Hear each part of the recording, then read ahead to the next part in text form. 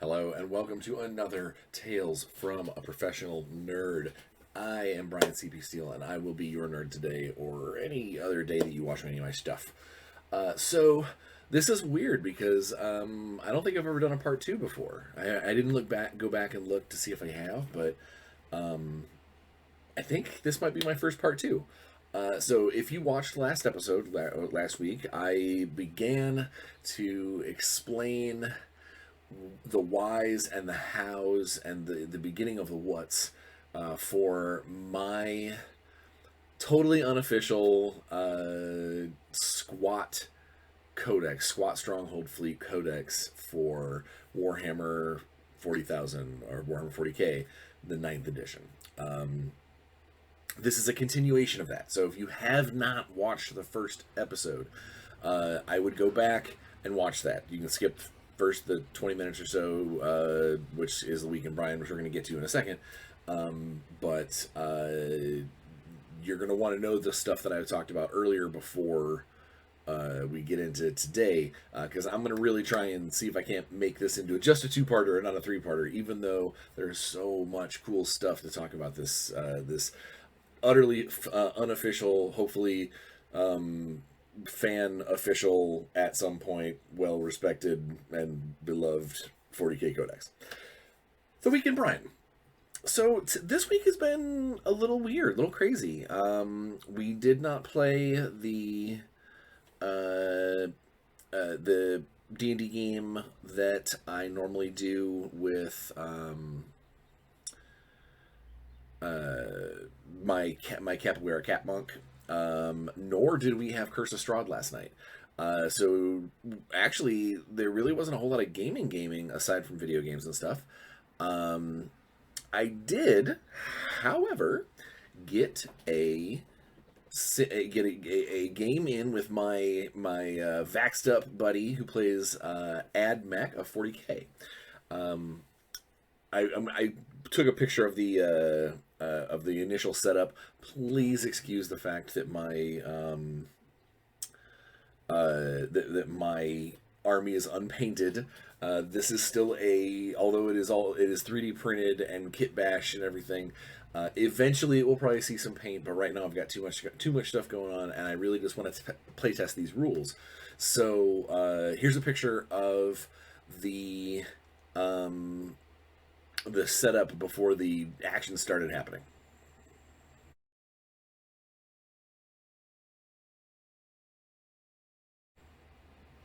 So as you can see, there was a lot of unpainted stuff on my side of the field. I hate fielding unpainted models. I hate it. But when it comes to playtesting and it comes to getting the rules right for something, I can't wait months for me to have time to get this stuff painted to be able to test the rules, because I want to be able to have other people take a look at these rules at the same time. So when it comes to these kinds of games, sometimes I just have to suck it up and deal with the fact that I'm going to be playing with some unpainted stuff. Now, would I take this to a big event or like a convention or something like that, and show them off? Absolutely not. That's going to require me to have them painted personally, because not only am I trying to make an attractive table for someone to walk over and investigate, but it also it helps sell my own brand as a professional in the industry if I'm not just running around with gray plastic figures on the board, or in this case, white and black and blue plastic figures, because they are printed resin from my fancy resin printers that someone bought me. So basically that was the beginning of that screenshot is the beginning of the game, and it went really well. As far as the games go, I don't want to get into the actual units and stuff that we made some adjustments of some traits. We realized that a few stats were too high, a few stats were too low, but overall, the actual function of the army, I was able to compete without being over the top, which is always something you have to worry about whenever you design something, is that you're either going to miss the mark and you're gonna be just super powered because I wanted it to have all these things, and then it's not fair. Or you err too far on the side of caution, and then it's not good enough to compete with the other armies out there, which of course then makes you not really want to play these if they're going to lose every time you turn around. But then you also don't want to juice them up too high because then your opponents don't want to play your little homebrew thing. So it's nice to know that I found seemingly the squats have found their kind of middle of the road niche spot. Now I still lost. I still lost the game, but I only lost like 65 to 46, 47. I forgot to write it down. But the game was tight. It was a good game. There were several turns where it came down to, did this charge happen? Did it not happen? Could I rack up a couple extra casualties on Overwatch fire? It was a solid game, and I look forward to trying them out against more armies, not just a very effective AdMech army. I want to try some other opponents to see if this works out as well, or gets trounced or whatever. So that happened, and that was fun. We had a good time. Learned a lot. And that's really it. Played a couple of little board game things with my kid and my wife, and then a lot of video games. It's been a work week. Speaking of work week, got to put some more words down on the Shadowrun novel, which was good. I had been a little slack on that lately because I've been trying to focus on Power Ranger stuff. Which of course I've been doing a bunch of Power Ranger stuff. Goes hand in hand with what I just said. And I did come to a realization that while I will still help where I can, because things are ramping up as heavy as they are with Renegade, and all of the amazing licenses that we have with our new role-playing system, not to mention the World of Darkness and things like that. With the fact that I'm ramping up so much work with Renegade, I had to tell the guys at Crafty Games that I can no longer be the project lead on Spycraft, or the freelancing lead, or the brand lead manager, whatever. It sucked. It was not a fun conversation for me. I don't like letting people down as a professional, but in this instance, I had to go with where my with what my family needs. I am but I'm not. It's not just a joke when I say I'm a professional nerd. This is my career. This is my full-time plus job. And it is literally what keeps the roof over my head and my family fed. So I had to go with where my attention needs to be pulled, and I'm still going to help them out with the project because I think it's an amazing project, and the work that we've done so far, it's going to be a hell of a game. But I had to take a step back in just how not detailed, and just how involved they needed me in the future months, because in the future months I'm going to be putting a lot more work into the Renegade stuff, because those guys really do, they've got a lot going on in the next. Basically, it came down to writing a lot of very, very cool stuff for one company, or doing a lot of managerial things for the other. And I had to weigh out, obviously to weigh out wages and things like that. But it came down to, I am more of a game designer and a game writer than I am a game manager, and I had to go with my where my heart lies in that instance. But again, I'm still going to help out with Spycraft. I'm still going to push the hell out of it when they eventually get around to getting it ready for marketing and whatever, because I think it's a hell of a game and I think it's a great setting. It's a great system. Alex has come up with a fantastic new version of the game, and I believe that it's going to be the kind of game that people are going to talk about it in those circles, and it's going to do really well. And so I want to make sure that the people in those circles know that it happens and get their hands on it. Playtesting on Warzone continues. I haven't really done a lot with it in the last week or so. I've been focusing so much on Renegade stuff that I haven't really dipped my toes back in. I know on our super secret playtest chatty groups, there's been a lot of little things that have come up in the rules that need tweaking, but no real major overhauls. Nothing like I really do think that Alex has gotten us to almost to that point, or almost to that point where it is the rules are tight, the rules are solid. Let's start let's start hammering out the units to make sure that they are just as solid within this rule set, and then we can start putting together the actual book and stuff. So I'm excited about that. I think it's going to be a very cool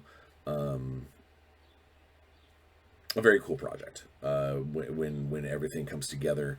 I mean, hell, it's already a cool project for the people who know how to get to it. Speaking of Alex, there was so I would say one of the most prolific and kind of front running Warzone play groups out there are based out of Spain. They're very excited about the new system. Several of them are playtesters. And they're just they really do have got a hell of a flag waving above for Warzone, and specifically now for Warzone Eternal. And one of them, a guy who goes by the name of on all of his social media goes by Alfie Warzone, to give you an idea of how big of a fan he is, has a YouTube channel, YouTube show called the Warzone Chronicles, I believe, or Chronicles of Warzone. And just recently he did an interview with Alex, with my boss at Resnova, and it's a really good interview. It explains quite a bit of where we're at, and more importantly, it explains what Alex's ideas behind like the Kickstarter, a lot of that business stuff that I don't deal with, because as the designer developer, that's not me. I bring the model. I make the models do the stuff on the table. He's the one that makes the models do the stuff on the shelves. And it was really good to hear his plans and know some things. And he answered a couple of questions, some of which are those hard questions that you don't necessarily want to have to answer. But he did, and he did a great job. I'll go ahead and put a link to that episode of Warzone Chronicles in the description. And then speaking of YouTube, something else cool happened while this last week. Peter Atkinson, the one of the founders of Gen Con, or not one of the founders, one of the owners of Gen Con, and the founder creator of World of Chaldea, which is a role playing setting, fantasy, comic, movie, multimedia setting.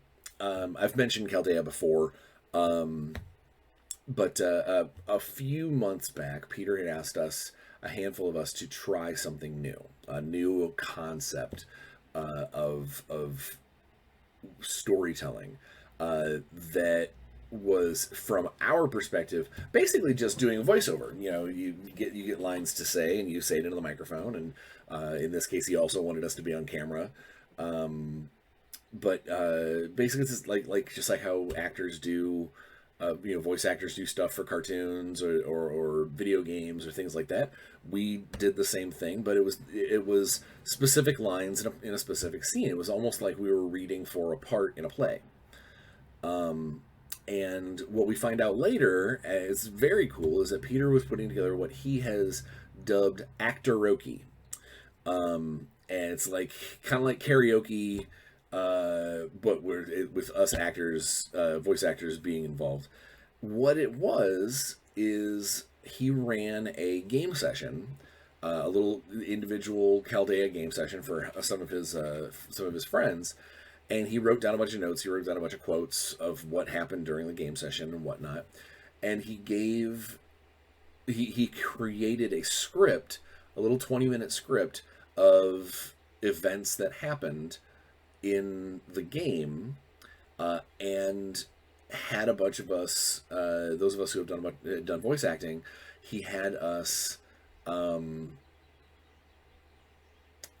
basically do the voices for the characters. It was as if we were making a cartoon, and at the same time he had an artist do a bunch of character drawings and scene drawings and things like that of stuff that happened in the game, and then their video editing staff put everything together, squashed everything together, created a little 25, I think about a 25-minute video of basically this scene as done by voice actors and the drawings that are on the screen. It's very cool. It's the first time that we've done it, and it sounds like we're going to try and do it again in the future, if it goes really well. But it's yet another way. One of the things that Peter is really, really good at is finding new ways to explore art. He's done independent film before. He's obviously big into, you know, gaming collectively, but he has done a lot of different, very, very cool things. And this is just basically, he dreamed up this idea of doing a role-playing game session voiceover video combination. And I think it turned out really well. I hope that he liked my part of it. I hope you guys like my part of it. And I look forward to hopefully getting involved in more of those in the future. So I've got the link in the description for the Chaldea Actoroki Volume 1 or Part 1, Episode 1, or just 1. I don't know. So I hope you'll give it a look, give it a like, and maybe put a cool comment in there. If it happens to be a personalized comment about how amazing some person is, that would be just fine. All right, so that's pretty much in my week in a nutshell. It really, like I said, it's just been a lot of work. A little bit of this. Now, hopefully, if all goes well, I've got something very cool to announce for next week. Next week's show, I'm going to be doing an unboxing and an exploring of a product. And if, like I said, if all goes well, I will have a very cool piece of news for you guys next week.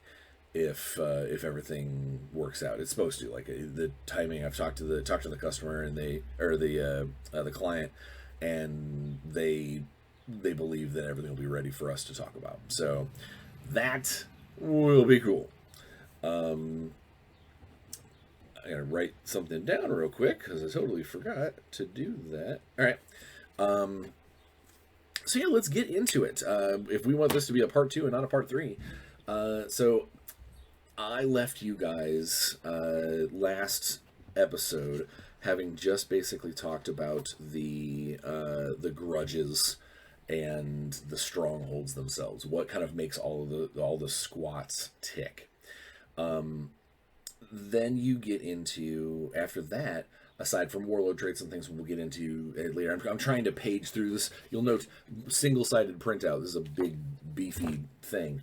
When I was designing this, I basically sat down with one of the existing 9th edition codexes and just took the rules section, started at one end, and just worked my way through and started creating things as they are spelled out, because I wanted this book to be as absolutely seamlessly usable as possible. I still have to, like I said, I still have to add the lore to the beginning of the book, but overall, everything you need to actually play the squats is in here.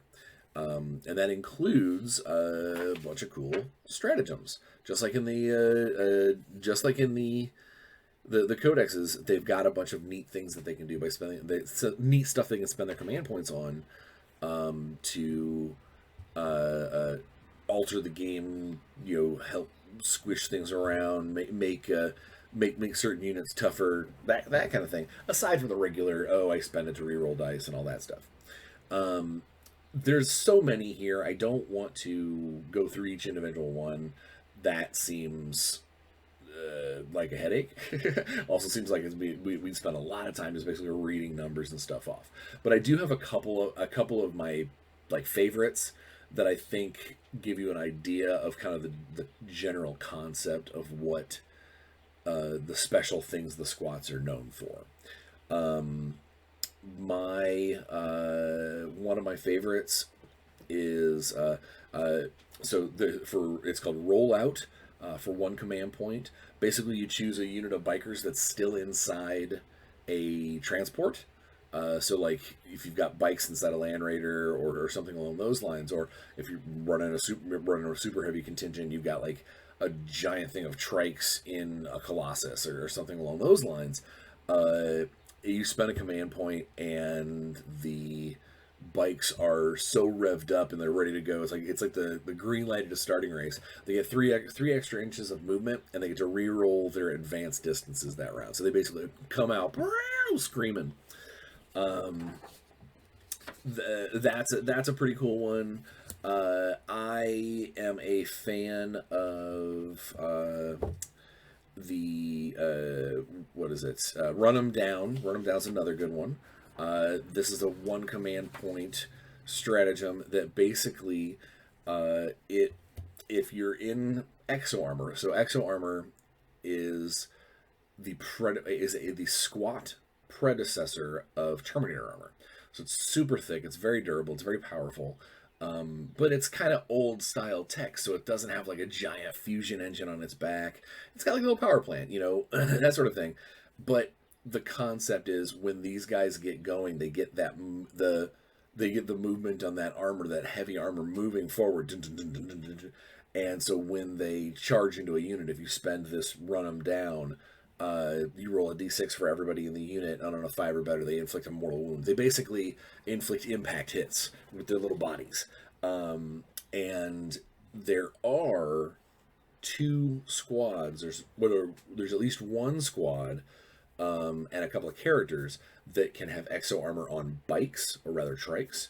If you're using a unit that has the exo armor and the biker keywords, that mortal wound's on a 3 or better, because not only are you moving fast, but you also have your bike added to it at this point.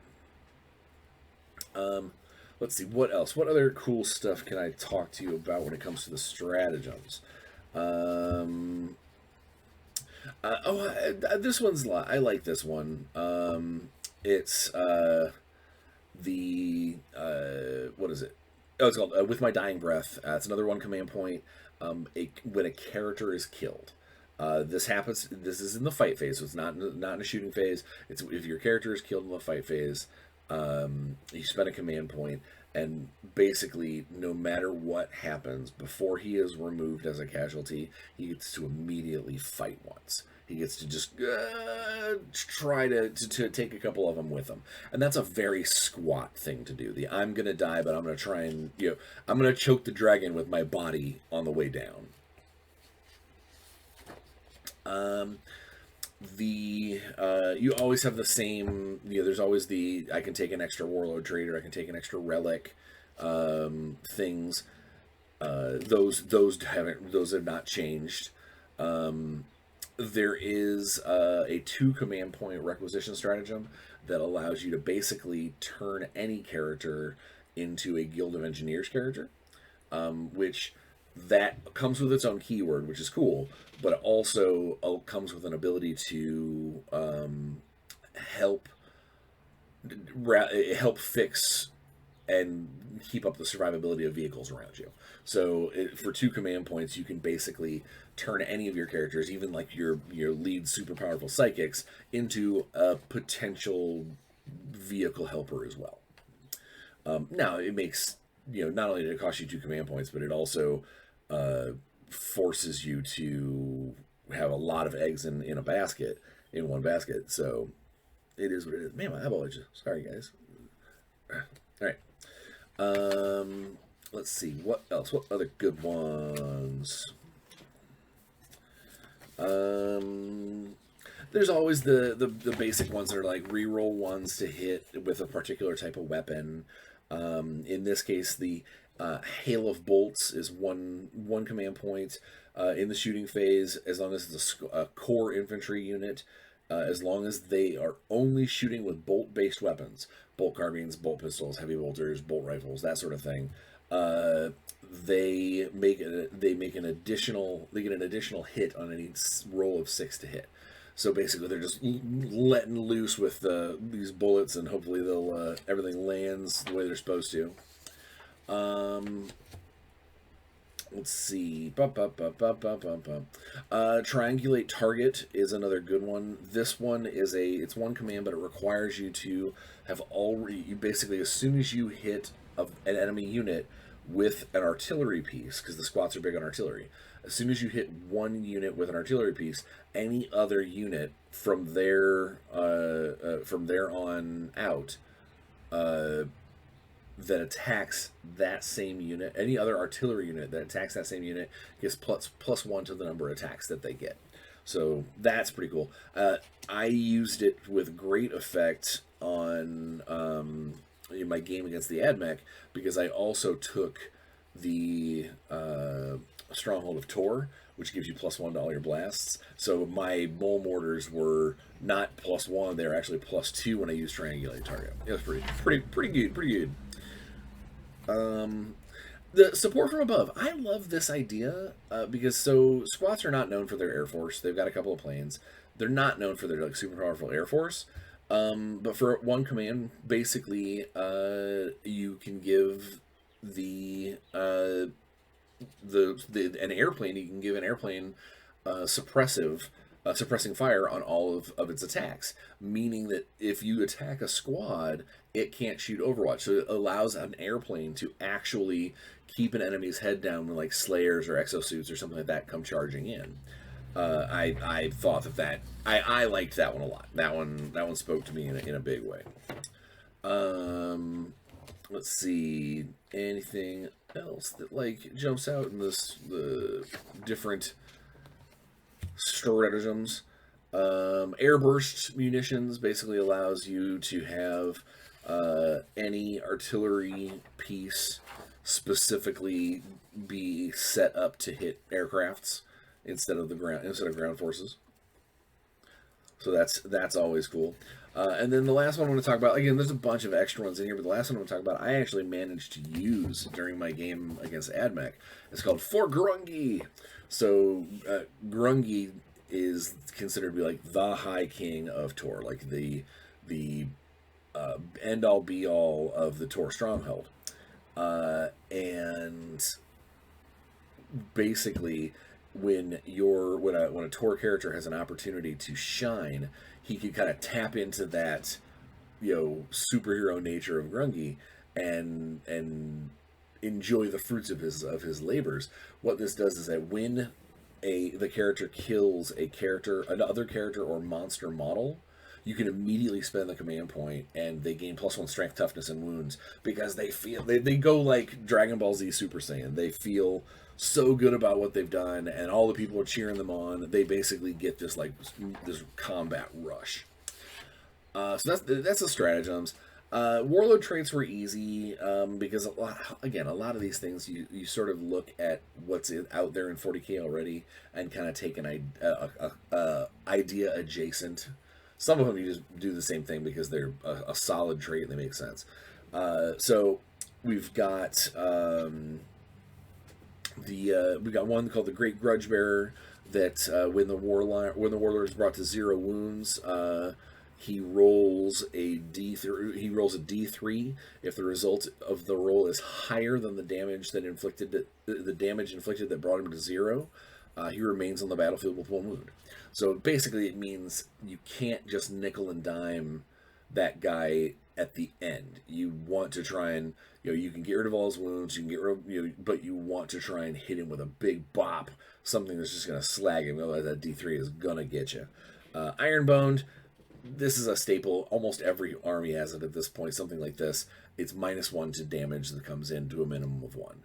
So las cannons are D6 -1 or D6 +1 or something like that. Remember the Exodus is a warlord trait. Gives him a 6-inch bubble that everybody around him, all squat infantry anyway, they will only fail morale tests on a 6. No matter what happens, no matter how many people get lost.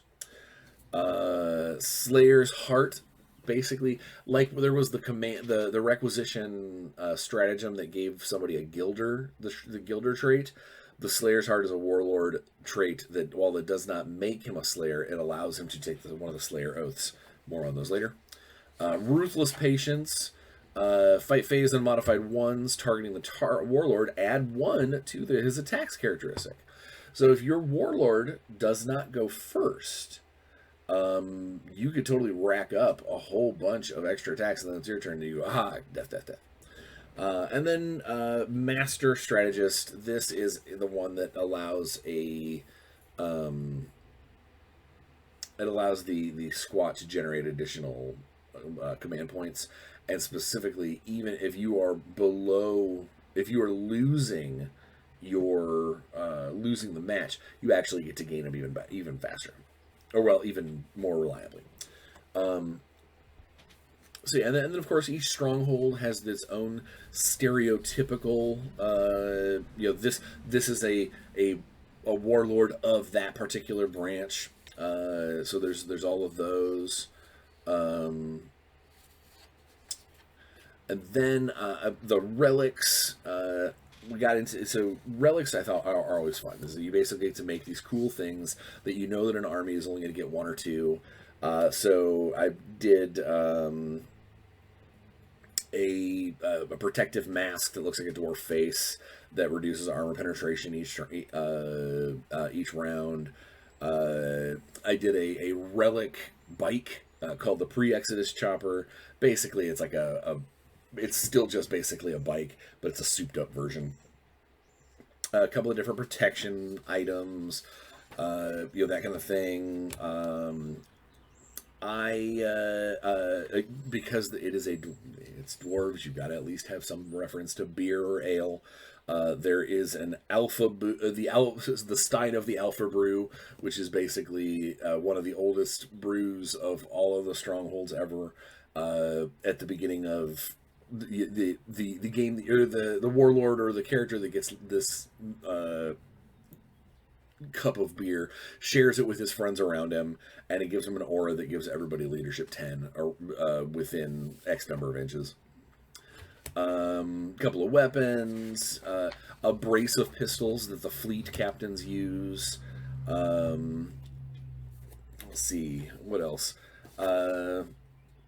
That's pretty much it. There's a couple of things that let you change, or add to some auras that help out your guys around you. And then we get into the psychic powers. So the psychic powers of the squats technically come from their ancestors. They come from the past ghosts of squats that are hanging around waiting to get their vengeance. They have not gone quietly into that good night. So we've got when it comes to these powers, the regular psychers, regular squat psychers just have the one power plus smite because everybody gets smite. Ancestor lords get two and can cast two and then smite. And then there are obviously ways for you to change your psychic power around, that kind of thing. So the psychic powers for the ancestor lords, we've got the will of iron. Basically, it allows a unit that has fallen back this turn during the movement phase to act as though it has not fallen back. So you kind of cast this spell and it lets them go ahead and shoot when it comes around to the shooting phase. Not to mention, it makes them immune to. They automatically pass all morale for the rest of the battle round. So it's a super bolster for a unit that fell back. Force Dome is just an aura that creates an invulnerable save. There you go. It's an invulnerable save. It buffs an existing invulnerable save, but it is an aura that gives everybody a bubble. Specifically for shooting attacks. The Hammer of Fury, which is it's not quite a close combat attack, but it might as well be. Basically, you target something within 2 inches, it takes a huge hit, and then everything within 2 inches of it takes a huge hit. Every enemy within 2 inches. So it's a big psychic. Mental Fortress is an anti-psychic psychic. It allows you to deny the witch a little more regularly. It doesn't make it easier. It just makes it so you're going to get to a decent number. Instead of it being 2d6, it gives you a d6 plus 3. So if you're going up against a Warp Charge 10, you're going to go, no, I want to go ahead and roll the 2d6. But if you're going up against like a Warp Charge 7, you only have to roll one die because the other one's already a 3. You just need to roll a 4 better. So that kind of thing. It just makes it a little easier. And then Crush and Sunder is more useful against vehicles. It's designed basically as the slower you are, the more we can apply our psychic pressure and squash you, do a bunch of damage. And then the one that I wanted to try out, but I just wasn't sure against Admech if that would be a little overkill, knowing that he didn't have psychers, is Domination. And this is actually a power that came out of the old 2nd edition squats. The Ancestor Lords had Domination in the past. And it allows them to basically hit a unit with a lower leadership than the Psyker.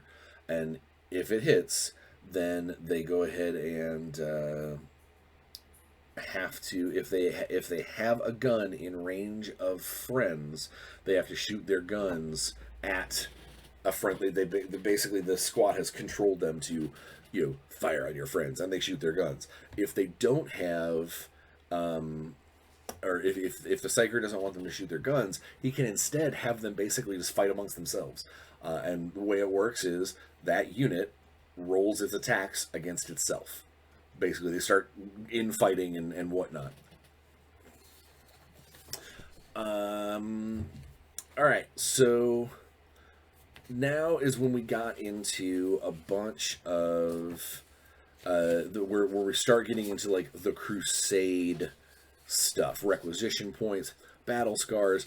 Now, I'm not going to cover Crusade, not because I don't like it.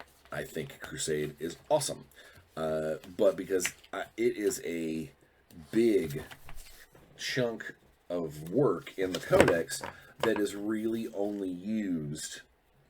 It is really only used by people who happen to be playing specifically Crusade. It's not a universal rule. I hope to use them at some point, maybe in a local Crusade game, but for now it's literally just it's a bunch of extra cool rules that if you decide that you want to help with the playtesting and the spreading around of this thing, which will be the address will be in the description. It's still going to be helpful to have those things, but I'm not going to go through them here. All right, let's go through a couple before we're actually getting up to the data pages, the actual how the army works, and that's the meat and potatoes that I wanted to get into. Let's talk about a couple of things that all squats, for the most part, there's a few units that have different traits, but for the most part, let's talk about them themselves. There are some that get to use the grab shoot to deploy, which is basically like deep striking or teleporting in, or whatever version that army has. Most squats are steadfast. They do not suffer the -1 to hit for shooting heavy weapons when they move. And on Overwatch, they hit on 5s instead of 6s. Basically, they know they're slow, so they dig in their heels and they're really good at holding the line, so to speak. They're also stubborn. On all morale tests, they roll 2 dice and take the lowest. How they also are stunty. They got them tiny little legs, and that means they have a -1 on all charge and advance rolls. And I can tell you this, that when you go to charge with your Slayers, that -1 is, you're like, I don't know if I can make that charge. You end up doing an extra round of just moving forward or advancing just to make sure those charges go off. That -1 might not seem like a lot, but when you're shooting for a 7 or an 8, and almost all the dice are going to come up with 6s for you because of that -1, you'll be like, oh, be damned, your tiny little legs. There is a trait that some of the vehicles and some of anybody with exo armor and some of the vehicles have, called ultra dense, because squats use like dark star metal to build some of their things. And what all that really is it's a limitation on what can wound them. Basically, they cannot be wounded, or the lowest die result that can wound them is a 3+. That anything that's ultra dense can't be wounded under 2. That being said, most things that have the ultra dense have a toughness of 6, 7, or 8. You're probably not going to see many things that can wound them on 2s, anyways. The other benefit to being ultra dense is that you get to shrug mortal wounds on a 6 or better. It's not very often, but it's just a little extra, special benefit. Now, one of the things that I thought was this is one of the things that I specifically came up with for the squats, because they are such a reactive force. They are all about revenge. They are about grudges. Rather than having like the canticles of the AdMech, where it's like, these are how we operate this turn, or this chapter, the different doctrines for the Space Marines, the squats have vows of honor. And the vows of honor are things that affect their army in specific ways, but based off of stuff that has happened in the game. So it's rather than just, I choose a thing and go, yay. If stuff happens in the game that leads to being able to change the vow during the command phase, they can basically adapt to the situation. But it's designed to, they're adapting to what just happened, not to what is happening. And unless something weird happens, there's always one vow you start with. You always begin the game with this particular vow, and then every command phase, based off of what happens, you can change it up. The vow of defense is the beginning of the game, or can be chosen anytime after a turn where squats infantry were attacked while they were in cover. It basically counts. It allows the all squat infantry to count any kind of terrain as heavy cover. They're good at holding the ground. The vow of momentum. This one's really hard to do because all of your units that are not buildings have to be out of your deployment zone for you to change to it. But if you have it, it allows them to reroll their advanced dice. So that can be that, like, if you're trying to get across the army or get across the battlefield, it's a pretty solid vow.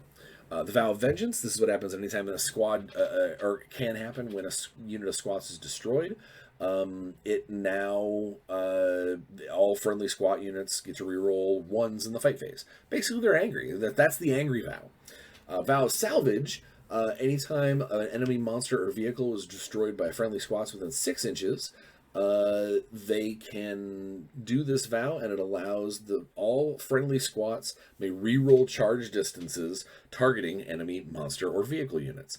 Basically, you're taking a vow of, we live on spaceships and we need as many parts and pieces as we can. Go take those things down because we're going to use them later. The vow of honor. This is a simple one. If you ever passed a morale test, you can use it. While it's in effect, all squats infantry count at being 100% strength for combat attritions. So even if it's like the last guy in the squad, you're only going to lose him on a 1 or a 2. Well, last guy after the one that initially goes away. And then the last one is the Vow of Victory. This is the one that says we're so close, we're biting our nails, we almost got it. You can only choose it if last round you held as many objectives as your opponent, or more, or like you cannot be on the losing side of things when it comes to objectives. You have to at least be tied with them. But what it does is that it gives your entire army objective secured. So that makes things a ton easier to then hopefully snatch victory away from these guys. All right, so I'm going to go through. I don't want to get in. I'm not going to get into the stat numbers or anything like that. I'm going to just basically go through the data sheets, tell you a quick overview of why I put them in there, and maybe like share a couple of things. But also, most importantly, I'm going to show you some of my printed proxies and things. So the very first one, you know me. If you've listened to me talk, I generally don't like using special characters in 40k. I think that they're a cop-out, especially because they always have like some special power and they never cost as much as they need to and whatever. But I wanted to make this codex as complete as possible, so I made special characters for the squads. The very first one is High Lord Grungen Tor, obviously from the Tor Stronghold. He's basically the guy who's running the entire program. He's the top, not the top dog when it comes to the stronghold fleets. They're all answering to him. They're all coming to his decision of where we're going, where we're steering, that kind of thing. And rather than printing one of my own, I did some modifications. Now I use this guy as my regular ancestor lord as well, but he was designed originally to be Grungen. This is one of the Age of Sigmar Karakan dwarves. They're wearing cool ornate armor. He already came with his big old power hammer, and then I switched it out so he has a rifle instead of the weird blunderbuss thing that he came with, or weird pistol thing. I just dig it. And in this case, he's a psyker. He's an ancestor lord. This particular guy, his two like special character traits, why you're paying the extra points for him, is that he's the Grand Tactician. If you have a battle-forged army, you receive an additional command point. So basically, it's instead of starting with 12, you can possibly get 13. You're probably going to spend some on some other things, but like that's the reason to take him. And then the other thing he has is he has Call Upon Our Heroes. In the fight phase, when it's time for this model to fight, it may choose to forego its normal attack. So he's got this big old Thunder Maul, which is like a character version of a Thunder Hammer, that he can go ahead and use. But in the fight phase, when he goes to fight, he can choose to give away all of his attacks, all 4 of his regular attacks, instead to make a single swing. And that single swing is strength 12, big pile of damage with no armor saves. So instead of, it's the kind of thing that you would do if you were concerned about hitting a land raider, or like I want to do an impact, I want to do some damage, or you're going up against something that you think you might not be able to hit multiple times, or something along those lines. Then there's the fleet commander, the Commodore, Harg Rugrinder. He is, honestly, he's basically a kind of Space Marine captain sort of thing. He has the ability to call down orbital strikes. He's got bionics on him. He's like a squat Space Marine. Lord Thrund Redbeard. He is is he a psyker? No, he's a biker. He's the special character on a bike. The General Doric. Oh, there he is. Here's the mid-range psyker, General Doric Ironhead. That's right, Ironhead. He has all the normal stuff. He's basically a member of the Engineering Guild, but also a psyker, which is rare. He's got bionics and stuff, but one of the reasons you would take him is that he does have his own specific anti-vehicle psychic power. like that no one else can have.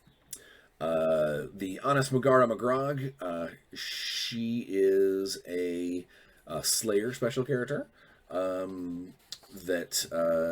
She well, what is it? Oh yeah,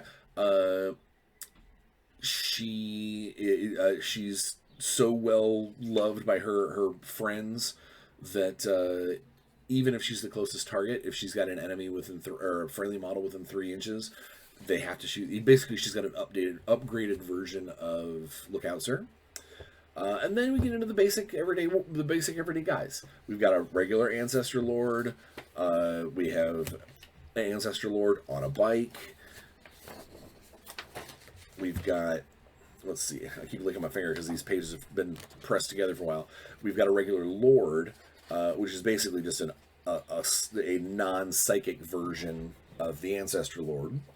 And then we have a Lord on a bike. So if you're not feeling very psyker, or you want to have your Warlord not be the psychic type because you're afraid of Deny the Wit or afraid of Perils of the Warp or something like that, you could put like a regular Lord in your Warlord, and then take like a smaller psyker as a backup. The Sovereign Commander. Now the Sovereign Commander is the little psyker. This is basically he's not an Ancestor Lord. He's just kind of getting into how things go. Engineer Guildmaster. That's basically the Tech Marine or Master of the Forge for the squats. Honored Champions.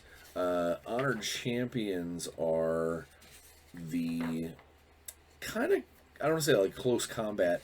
It's more along the lines of, it's the generic mid-range warrior, like a lieutenant. You know, he's gonna do great in close combat. He's gonna do great in combat. He's gonna survive. He comes with ultra dense Hearthguard style armor already. Just a good all around guy. There are 3 types of troops. There are the Stronghold Carbineers, which is the big fat blobs that can use either auto guns, las guns, or bolt carbines. Bolt carbines are just lower ranged bolt guns with 1 armor pen, because they are considered to be at that you're just getting close enough that we can use slightly heavier rounds, but they are assault weapons instead of rapid fire. You've got Stronghold Thunderers. Thunderers are the old school bolt gun guys.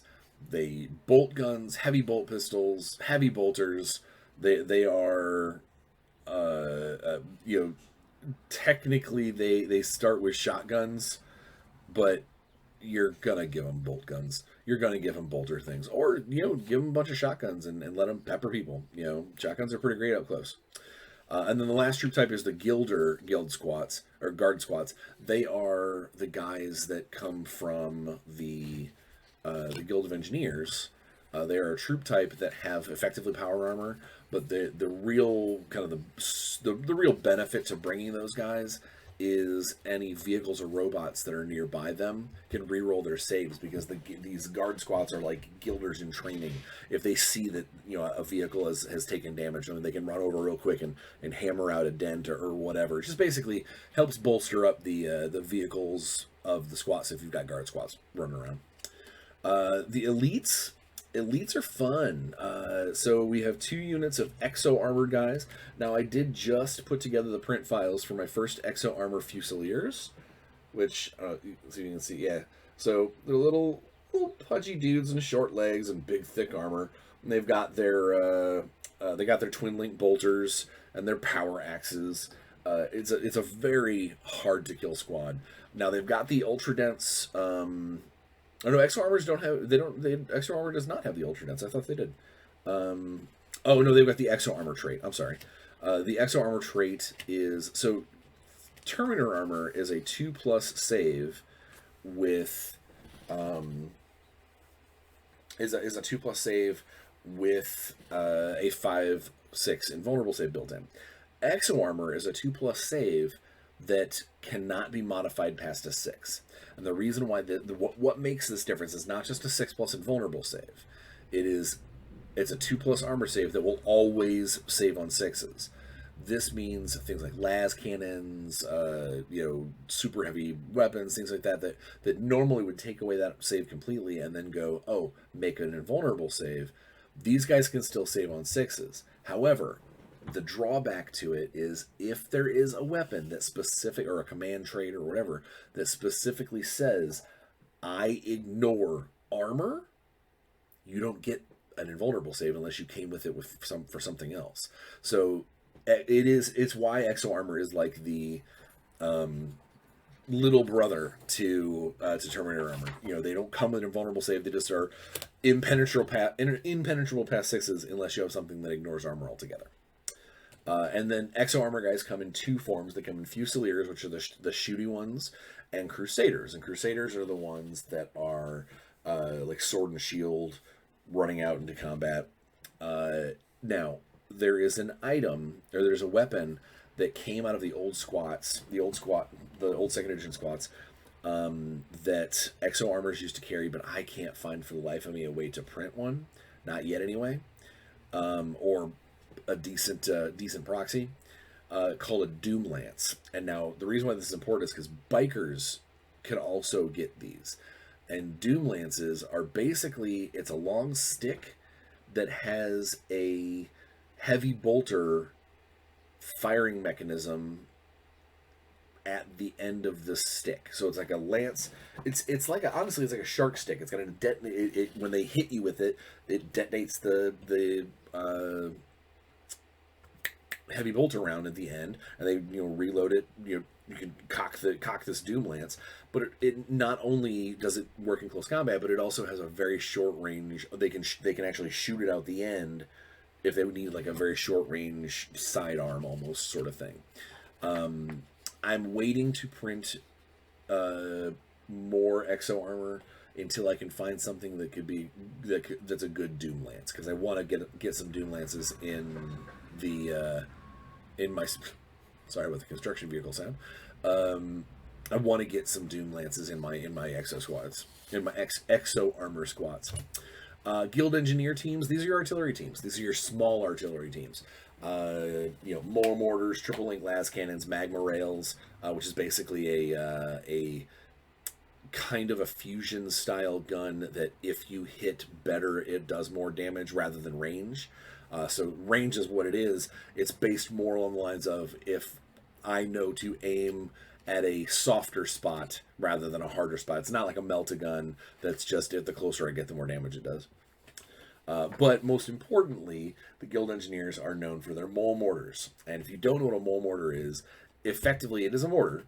Shoots a round, except instead of shooting it up in the air, it shoots basically a remote control round down under the ground, a little drilling torpedo that then blows up underneath a target. Mole mortars have been in 40k for a really long time, and they're just fun. It's a neat idea. How they were designed or why, I have no idea.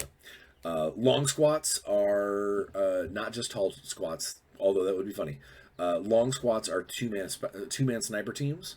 It's a unit of 4 to 8 of them, but they basically can have they start with bolt rifles, but they can upgrade to the high-powered long lases, so like laser, like almost like mini las cannons, or the bolt rail, which is almost like a Gauss version of a bolt gun. So instead of shooting a self-propelled rocket, it's a magnetically assisted rocket round. And if you are armed with a bolt rail, you can actually shoot specific types of rounds that, because they're not self-propelled, you can use basically plasma casings to do a slightly scarier version. It is less penetrating, less straight damaging, but you can fire them faster and they do more initial damage. So yeah, long squat teams, and I'm trying to find a good way to print those because the spotter, the front man, is supposed to have like this like kind of super super like splinter cell targeting helmet situation that allows them to ignore cover. And then after long squats, you've got Hearthguard. Hearthguard are they are like individual stronghold honor guard. They've got good armor, good weapons.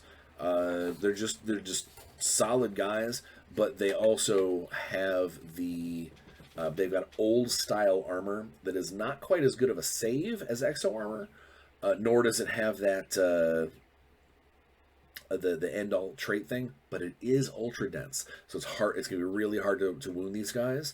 This is a unit that will stick around.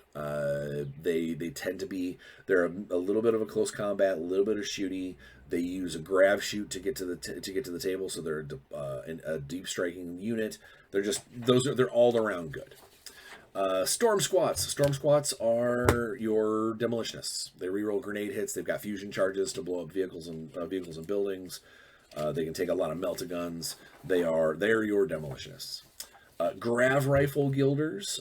These are Guild of Engineer snipers. They use a very high tech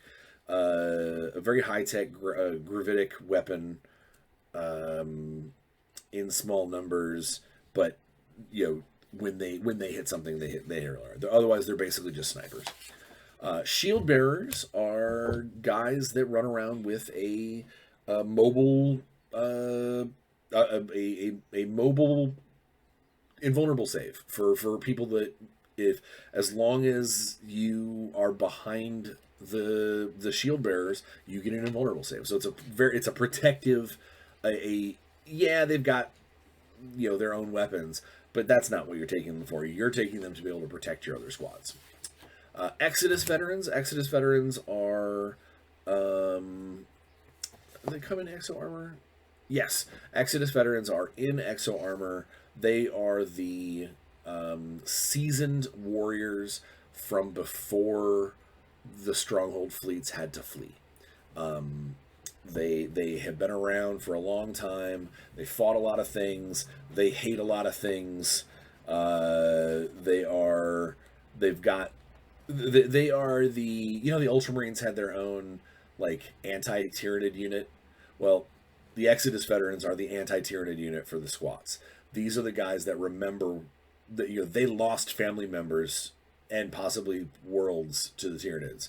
They hate them a lot.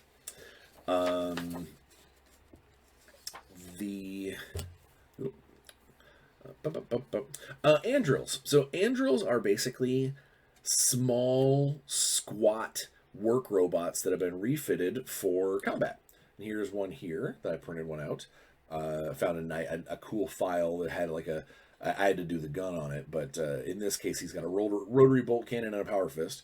There are a couple of different. It's a handful of squad, or only like 1 to 3 per unit. But they have a lot of wounds. They're tough. They are unforgiving. But their programming, because they are actual robots, their programming is if they ever take enough wounds or roll a situation where they fail a morale test, their AI doesn't understand the concept of fleeing, so they just throw sparks and everything fly, and they take a bunch of mortal wounds. That's all the elites. In the fast attacks, of course, you've got bikes, dwarves riding motorcycles, and then where you have bikes, you have trikes. Regular squat trikes are shooty. Their sidecar is built for a gun. It allows you to have some fast-moving, heavy weapons, and that's pretty important for the squats. After trikes, you have slayers. Slayers are basically survivors of other battles that they were the last couple members of their unit. Their unit was killed out from underneath them. They were found months later. They're always these kind of grizzled stories of people who everyone died around me. I lived. They threw me into the Slayer Corps, and the Slayers they're designed for close combat. They're tough guys. They have chain axes. You can give them other stuff, but generally speaking, they've got chain axes. They throw stun grenades to try and stun the opponents and then run in. They've got their own special Exodus pattern bolters that are on the backs of their arms, so they can still carry 2 chain axes and still shoot. They are not very heavily armored because they need the flexibility for all this close combat they want to get into, but they've got body piercings and scarification and tattoos, and they are almost like a subculture within the squats. Is this like Slayer Corps, the Order of Slayers? But Slayers get to, at the beginning of the game, they actually get to choose an oath. They take an oath that they're going to follow. One of which is they reroll ones to wound against monsters and Tyranids. They've got that's called the Bug Hunt. They've got one called Death to Greenskins, although it's not necessarily just against orcs. They may always fire Overwatch without, basically a unit of Slayers that takes Death to Greenskins can always shoot Overwatch, so long as they haven't been, as long as they're not engaged. Obviously, they can't shoot it if they're already in combat. But it doesn't cost them. It doesn't cost them command points. They're basically always ready. They want to have the charge so much they're ready to be able to take down whatever's in front of them. Remember the Exodus? They automatically pass all morale tests. Or Slay the Corrupted. It allows the Slayer squad to act like they are a psyker in the case of trying to deny the witch once per psychic phase. So they actually can try and shut off enemy psykers. Surveyors are basically scouts. They come down earlier in the game. They are literally scouts. They come with flares that if you buy them, or no, they come with scramble flares. If you are enemy vehicles within 12 inches of them, suffer -1 to hit with their shooting attacks. Basically, surveyors they shoot their flares up into the air and throw them on the ground or whatever to try and make vehicle sensors go crazy so they can hide.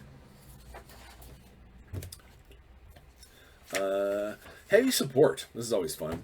So there is a heavy support version of the trike that's driven by exo armor guys.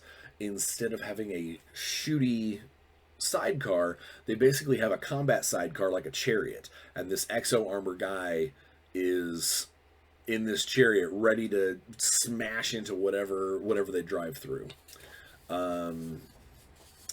We get the old school thud gun.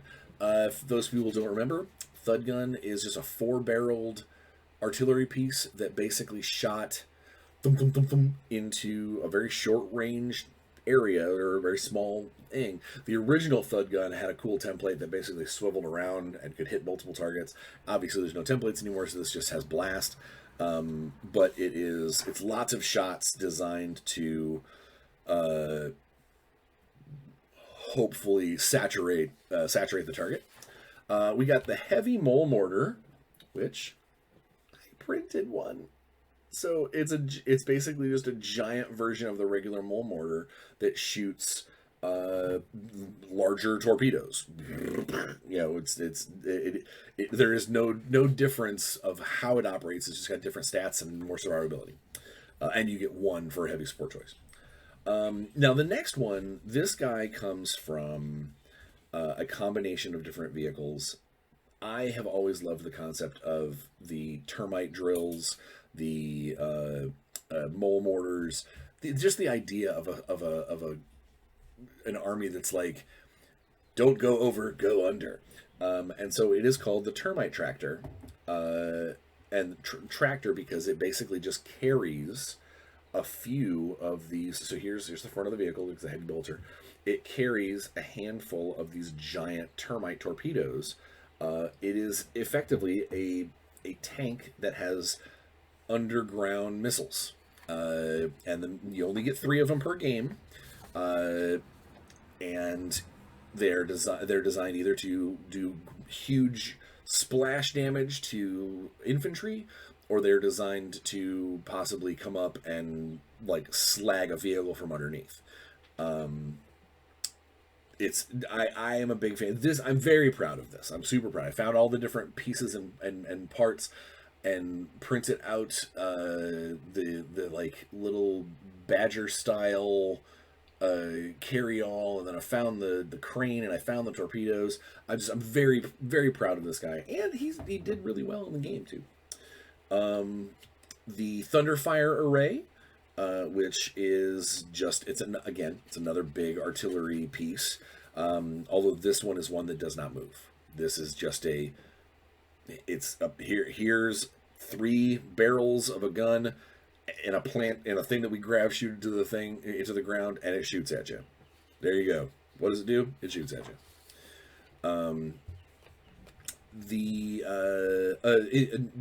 One of the things I'm trying to find. So if you're an old school fan of 40k, I am desperate to try and find the old style of Land Raider. I think it's called not the Proteus. I don't remember what it's called. Basically, the old style Land Raider was not long with its underside treads. It was a big square box that had treads that went all the way around it. That's what I based their version of the Land Raider on, because it's this old pre-Mars version called the Grudge Bearer Land Raider. And it's just, of course, it's got a couple las cannons, but it's covered in bolters. It's designed to shoot lots and lots of rounds, but it's primarily used to bring units across the field, because that's what squats are bad at, is they're so slow. So I'm trying to find one of those old style Land Raiders that I know Forge World makes a fancy one, but I want to try and find one of the older ones and then just kit bash it out. And then there's whereas the Andrils are the small little robots, the Juggernaut Ambler is not a robot at all. It's almost like a dreadnought that doesn't require a dead pilot. There are a couple of squats. There's a driver and a couple of gunners. It's basically a multi-squat robot. It's got guns. It's got fists. Called the Juggernaut Ambler. You can arm it with fists. You can arm it with a shield. It is an ultra dense gun platform robot or dreadnought. The 2 dedicated, we're getting down to the wire. We got 2 dedicated transports. There's the Grungy Pattern Rhino, which is actually a wheeled rhino instead of tracked. And it's designed to carry a small amount of, or I shouldn't say a small amount, a decent amount of squats. Or you can put bikers, or you can basically throw bikers in there and they can kind of drive out the ramp. You won't be able to take many of them. It won't be like a full squad of bikers, but it might be a cool surprise for someone who's like, oh, the Rhino drives out, and then out fly these bikers. And then I haven't found I've got the file for it. I have not printed it yet because I was running out of resin. I may do that next. That might be my next project, is to print a Rhino or 2, or the Rhino. Obviously, I'm not going to print copyrighted material. That's why I had to find a different chassis. It's got different wheels. I did not want to be that guy and pirate a bunch of stuff. So there you go. And then the other deployment, the other transport that they have, dedicated transport, is called the Meteor Class Deployment Drill. All right, so the Termite and Hades drills in other armies are these giant things that tunnel underground and then come up, and then they can come back down, and like they're actually just vehicles with these drill tips. The Meteor Class Deployment Drill is a smaller version, so it only can carry squats. It's a small. It's got it can only handle 10 little squat dudes because they're short.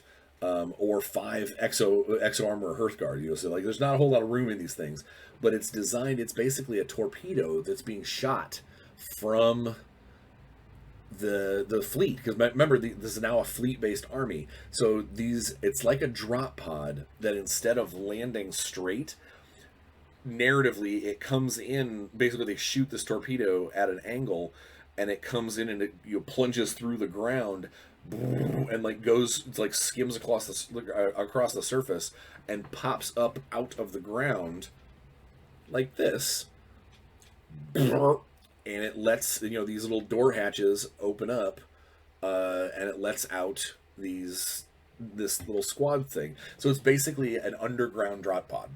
I'm super proud of this because this took me forever to find all the different files, and it's printed in about 4 different pieces.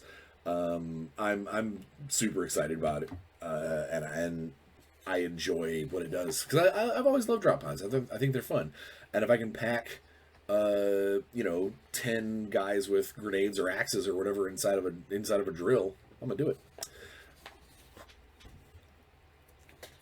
The flyers. So there are 2 flyers that are based off of existing flyers that were in from way back when. There's the Iron Eagle and the Steel Falcon. The Iron Eagle is basically a strafing. It's designed to shoot other flyers, and strafe ground targets. It's basically a dogfighter. And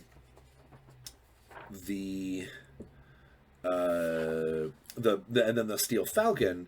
The Steel Falcon is designed as it's specifically a bombardier. It carries bombs to drop on targets.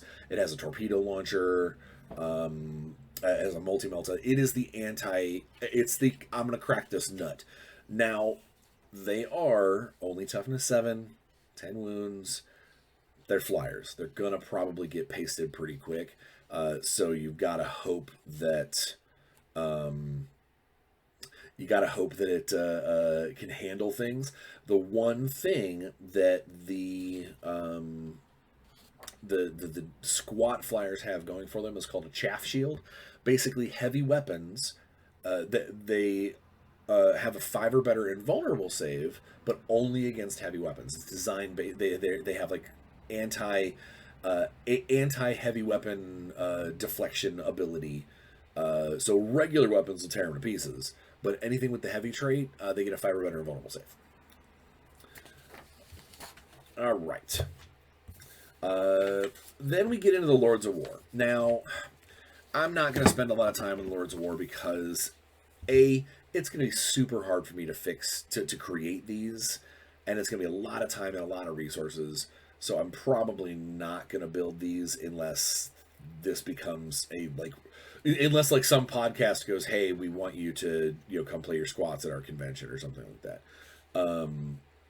But these are all based on existing super heavy squat vehicles from way back when in Epic 40k. There's the Colossus, which is just a big ol' honking, big ol' massive transport that's covered in stuff. It even has the ability to carry a plane. The Leviathan, which is effectively the non-transport version of the Colossus. It has a siege cannon that just lays waste to things. There's the Cyclops, which is exactly what it sounds like. It is a super heavy vehicle that has it's got lots of little guns, but it has one major, ridiculous, like anime style death beam that kills multiple things in its path. And then there's one of my favorites, which if I am going to build one of the super heavies for future use, it will probably be the Goliath Mega Cannon, because it is effectively just a small skyscraper sized gun and then has a bunch of a heavy bolter to protect it from the ground, but it's just this gigantic gun that shoots school bus size rounds into the enemy. It's ridiculous, and I loved it in Epic.